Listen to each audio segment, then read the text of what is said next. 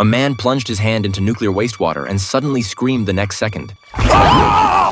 His companions quickly pulled him up and were about to ask what happened when the man burst into laughter while holding up a tree branch, leaving everyone stunned. It was just a prank. As they were about to leave, the man made another discovery, and everyone thought it was another one of his jokes. But this time, Yuri was serious as he pulled out his knife and carefully peeled back the leaves to reveal a dead fish with a bizarre shape and a mouth full of sharp teeth, making everyone marvel at its appearance and wonder what kind of fish it was. When someone reached out to touch it, they nearly got bitten,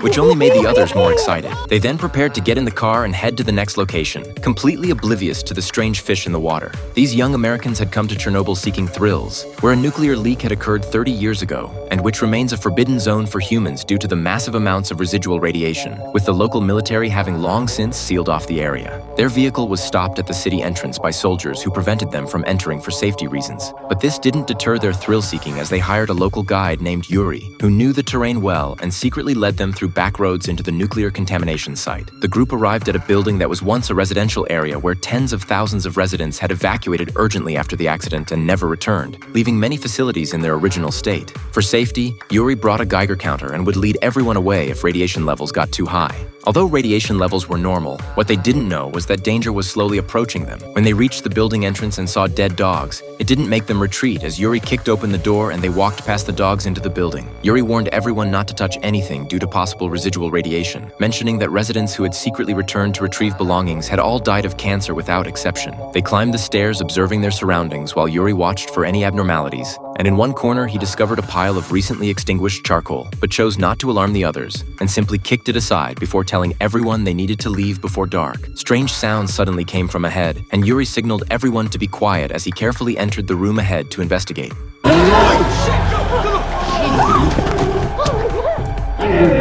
Where the appearance of a massive mutated black bear startled everyone. Though fortunately it didn't attack them and seemed more afraid of something as it fled in panic. Everyone quickly escaped the building and stood outside catching their breath, marveling at how thrilling this adventure was. With Yuri explaining that in his 5 years as a guide, this was his first time seeing a mutated bear, and that while the town was uninhabited due to nuclear radiation, animals didn't understand this, and the place had become an animal paradise where radiation had caused mutations. The group quickly forgot what just happened and continued fooling around, unaware they would soon pay a terrible price. After getting in the car, Yuri discovered the vehicle wouldn't start, and upon inspection found that something had chewed through the wiring, and with radiation interference, their phones had no signal so they couldn't call for help. Night fell quickly, and the team members began blaming each other when suddenly sounds from outside made everyone tense up and look out the windows.